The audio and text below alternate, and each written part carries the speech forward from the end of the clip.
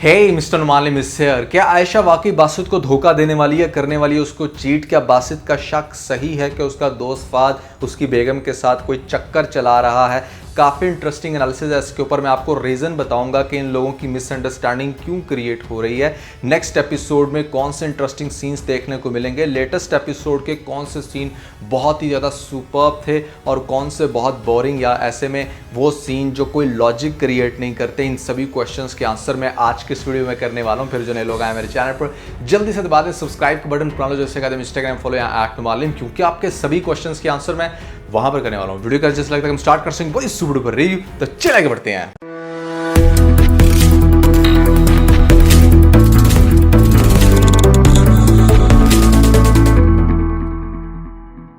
सबसे पहले ना बहुत सारे लोग मुझसे ये क्वेश्चन कर रहे थे लेटेस्ट एपिसोड देखने के बाद कि ऐसे में जोया ने जो किया, जिन सर्कमस्टांसेस में आके किया, घर से भागी सब कुछ पैक पुक करके, तो ऐसे में क्या उसका ये सही स्टेप था या नहीं, या क्या अगर हमारे साथ भी कुछ ऐसा हो रहा हो तो हमें घर से भाग जाना चाहिए या नहीं। तो वही पहली बात तो ये है कि मैं हमेशा से अपने डिफरेंट रिव्यूज़ में ये बात कह चुका हूँ कि दुनिया का कोई भी मर्द आपको आपके सिग्नेचर के बगैर नहीं लेकर जा सकता।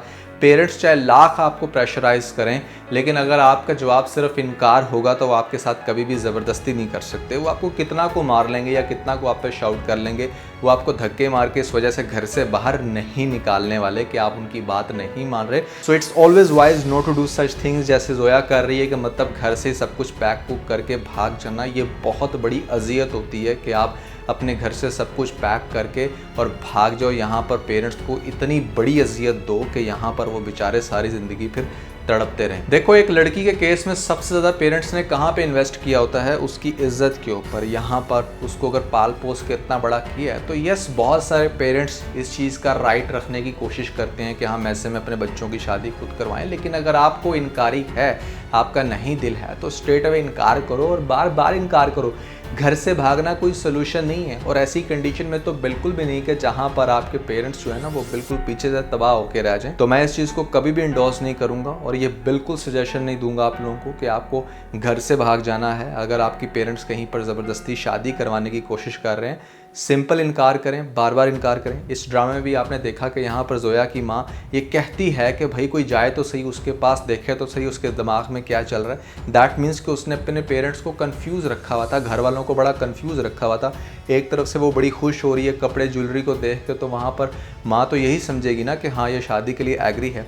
तो सारा कसूर इस पॉइंट पर भी जोया का है। उसको ऐसी घटिया और नीच हरकत नहीं करनी चाहिए थी। दूसरा जो सीन मुझे बड़ा अजीब लगा इस ड्रामे के अंदर वो ये कि यहाँ पर कोई भी एम्प्लॉई का मतलब क्या होता है? वो इंसान जो आपके अंडर काम कर रहा है, आपकी कंपनी के लिए, आपकी वेलबींग के लिए काम कर रहा है, तो मतलब कहने का ये कि वो इंसान कैसे कोई अच्छी परफॉर्मेंस दे सकता है अगर आप उसको प्रमोट करने के बजाय डिमोट कर दो। मैंने 12 साल डिफरेंट कॉर्पोरेट ऑफिस में काम किया, कभी भी किसी ऑफिस में डिमोट होते नहीं देखा किसी को। और मेरे ख्याल से इट डजंट मेक सेंस कि किसी एम्प्लॉई को आप डिमोट करके क्या साबित कर सकते हो कि यहाँ पर फिर वो क्या आपके लिए बहुत अच्छा काम करेगा? वो फिर भी या तो गलत काम करेगा या वो नादिली से काम करेगा। तो ऐसे एम्प्लॉय को डायरेक्टली फायर कर देना ही बेहतर है। तो जैसे आपको जो हरकत करते हुए दिखाया जाता है बासित के मैनेजर को, डेफिनेटली वो बिल्कुल भी एक्सेप्टेबल नहीं थी। तो यहाँ पर एक दफ़ा अगर उसको जॉब से फायर किया जाता और फिर वो किसी दूसरे कंपनी में जाके जॉब तलाश करता, तो उसको भी इस चीज़ का एहसास होता कि जॉब की वैल्यू क्या, इस कंपनी में रहते हुए डिमोट होके वो कैसे अच्छा काम कर सकता है, मेरी समझ से बाहर है। इनफैक्ट प्रैक्टिकल ग्राउंड में तो ये एब्सोल्युटली इम्पॉसिबल है कि आप किसी एम्प्लॉय को डिमोट करके उसको फिर भी अपने ऑफिस में रख के उससे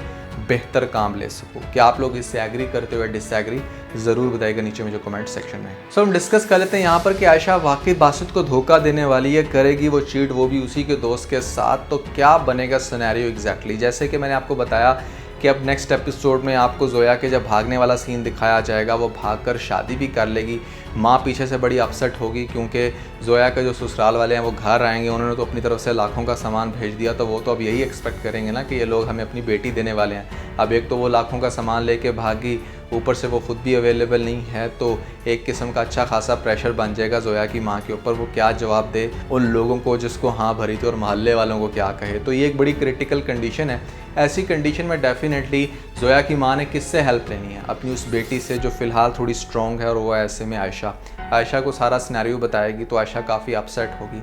अब ये सारा माजरा डेफिनेटली अगर वो बासित के साथ डिस्कस करती है तो बासित ऑल्दो बड़ा सपोर्टिंग है, लेकिन पता नहीं क्यों आयशा को ऐसा लगता है कि मुझे बासित से डिस्कस नहीं करनी चाहिए, ये बात उसके दोस्त से बात करनी चाहिए, विच इज़ एक्सट्रीमली पैथेटिक। अगर आपका हस्बैंड आपको इतना अलाउ कर रहा है कि हाँ आप उसके दोस्तों के साथ बातचीत कर सकते हो या थोड़ा बहुत हैंग आउट कर सकते हो, तो दैट डजंट मीन कि अब आप उनके साथ अपने घर की पर्सनल बातें भी शेयर करोगे या इस हद तक क्लोजनेस शो कराओगे कि आप अपने हस्बैंड को ही जलाने बैठ जाओ। तो मैं पहले भी ये बात कह चुका हूँ कि यहाँ पर डेफिनेटली आयशा की मिस्टेक है कि वो उसको आधी रात को फ़ोन करके कह रही है कि ये बात मैं किसी और के साथ नहीं कर सकती थी, सिर्फ आपके साथ कर सकती हूँ क्योंकि आप मेरी ऐसी कंडीशन में हेल्प कर सकते हैं ज़ोया को ढूंढने की, दिस एंड दैट। कोई भी शायद उसके साथ इस तरह की बातें करेगी तो ये चीज़ मेरे ख्याल से बासित सुन लेगा और फिर उसके बाद आपको दिखाया जा सकता है कि ज़ोया के ही चक्रों में या उसकी कोई इन्फॉर्मेशन लाने के लिए या वो कहाँ पर है, किस हालत में है या वो क्या कर चुकी है, ये बताने के लिए फ़हद जब घर आएगा आयशा के पास कर रहा होगा उसके साथ डिस्कशन, तो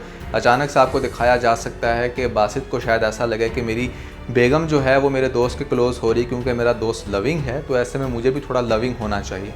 तो वो उसके लिए घर में फ्लावर्स लेकर जाएगा ये सोच के कि लड़कियों को फ्लावर्स बड़े पसंद होते हैं। तो जैसे ही वो घर में फ्लावर्स लेके आएगा आगे देखेगा कि उसकी बेगम बैठी है फ़हद के पास, तो जल के हो जाएगा राख। और एक्सप्लेनेशन उसने क्या देनी है कि मतलब यहाँ पर डायरेक्टली उसके पास जाके कहेगा कि एक दफ़ा जब इंसान का एतबार किसी चीज़ से उठ जाए, कोई धोखा दे, तो फिर वो दोबारा बहुत अच्छे से रिकवर नहीं होता। मतलब कि एक नई पसूरी यहाँ पर शुरू हो गई है और ये कि बासित जो है ना वह बहुत एक्सट्रीम लेवल का शक करने वाला है अपने दोस्त और यहाँ पर आयशा के दरमियान, और अपने दोस्त से भी बार बार पूछेगा कि तुम्हारी आयशा के साथ क्या डिस्कशन चल रही थी। वो उसको आगे से कोई बात सही इसलिए नहीं बताएगा क्योंकि उसको ये नहीं पता कि ये जो ज़ोया वाली बात है ये इसके साथ डिस्कस करनी है नहीं। तो वो ये बात डिस्कस करने के लिए दोबारा आ जाएगा आयशा के पास। अब आयशा की तुम बेवकूफ़ी चेक करो कि भाई एक दफ़ा तुम्हारे शौहर ने देख लिया उसके साथ, वो शक कर रहा है, तुम थोड़ा से खुद ही होश के नाखून लोग, तुम क्यों उससे बार बार मिल रही हो। वो फिर उससे मिलेगी ये बात डिस्कस करने के लिए कि हाँ ऐसे में हमें ये सारी सच्चाई यानी कि ज़ोया वाली बतानी चाहिए बासित को या नहीं। और ऐसे में बासित दोबारा से घर वारिद होंगे और यहाँ पर देखेंगे फ़हद को, तो इस पॉइंट पर हो सकता है कि वो बहुत ज़्यादा गुस्सा करे या मोस्ट प्रॉब्ली उसको एक स्लैब भी धर दे। ये एक ऑब्जर्वेशन है, लेकिन मेरा यहाँ पर ख्याल कहता है कि मतलब बहुत ही ज़्यादा ना वो इंगेज होने वाला है अपनी वाइफ के और ख़ास तौर पे अपने ही दोस्त के। किसी भी पॉइंट पर वो कोई रैंडम डिसीजन भी ले सकता है। वो क्या डिसीजन होगा, क्या वाकई आगे जाके ये दोनों सेपरेट हो जाएंगे, क्या आयशा अपना एतबार उसके ऊपर बना पाएगी या नहीं, ये वो पॉइंट है जो हम नेक्स्ट एपिसोड में ज़रूर देखेंगे। तो भैया ये रहा मेरा ओवरऑल फीडबैक। बाकी जो मुझे लेटेस्ट एपिसोड में थोड़ी सी चीज़ बेहतर नहीं लगी थी वो ये कि मतलब अगर आप दिखाए रहे थे कि बासित गया है अपनी माँ की कब्र पे, तो कम से कम उसकी कब्र पे जाके तो उससे इतने शिकवे और शिकायत ना करो। तुम्हें पता होना चाहिए कि अब वो इस दुनिया में नहीं रही, तुम्हारी माफ़ी की तलबगार रही है, तुमसे बात करने की कोशिश करती रही है। उसकी ज़िंदगी में ना सही तो उसके जाने के बाद तो उसे अच्छे अल्फाज में याद कर लो। लेकिन बासित मियाँ अभी भी यहाँ पर कर रहे हैं शिकवे शिकायत और हर तरह से अपनी माँ को ही बुरा कह रहे हैं कि आप मेरी कर्जदार हैं और ऐसे में आपने मेरा ये कर्ज देना है। और वो कर्ज बेसिकली कौन पूरा करने के लिए बैठी है, अब यहाँ पर डेफिनेटली आयशा इस चीज़ को बहुत अच्छे से सुन रही है।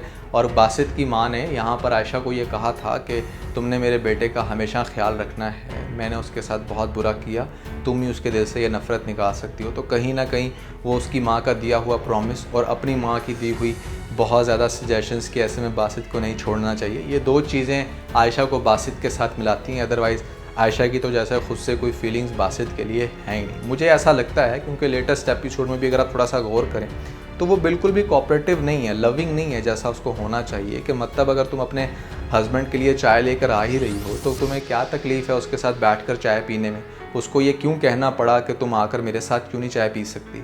तुम्हें खुद से ख्याल होना चाहिए कि उसे इस टाइम तुम्हारी सबसे ज़्यादा ज़रूरत है। तो ये वो छोटे छोटे पॉइंट्स हैं जो कि मुझे आयशा कैरेक्टर के बेहतर नहीं लगते, बहुत सारे पॉइंट मुझे बासित कैरेक्टर के बेहतर नहीं लगते। लेकिन ओवरऑल ये ड्रामा इंटरेस्टिंग है, बाकी सभी ड्रामा जो कि आजकल चल रहे हैं उनसे डिफरेंट है। आप लोगों को कैसा लग रहा है हब्स ड्रामा ज़रूर बताइएगा नीचे मुझे कॉमेंट सेक्शन में। तो दोस्तों मैंने आप लोगों को बताया है पाकिस्तानी ऐसे 5 ड्रामे जिनकी बहुत ही कमाल की सुपर्ब हैप्पी एंडिंग है। कौन से हैं ये ड्रामे जो आपको बिल्कुल भी मिस नहीं कराने चाहिए, लिस्ट जानने के लिए ऊपर आप लोगों को लिंक मिल जाएगा, जल्दी से लिंक पे क्लिक करके वीडियो देख के अपना फीडबैक मुझे जरूर दीजिएगा। तो आज के बस इतना। अगर आपको वीडियो के अंदर कोई एक पॉइंट अच्छा लगता है वीडियो को लाइक जरूर कीजिएगा और अपने दोस्तों के साथ ज्यादा से ज्यादा वीडियो को शेयर करने की कोशिश करें, स्पेशली उन दोस्तों के साथ जो पाकिस्तानी ड्रामास के बहुत बड़े फैन है। वीडियो चलिए तो सब्सक्राइब बटन के ऊपर जरूर क्लिक कीजिएगा और कमेंट सेक्शन में मुझे अपना फीडबैक देना मत भूलिएगा। और ये सारे काम करने के बाद आप बेल आइकन को प्रेस कर लीजिएगा ताकि लेटेस्ट अपडेट आप लोगों को सबसे पहले मिल सकें। इसके साथ बहुत सारा ख्याल रखें, stay motivated and God bless you.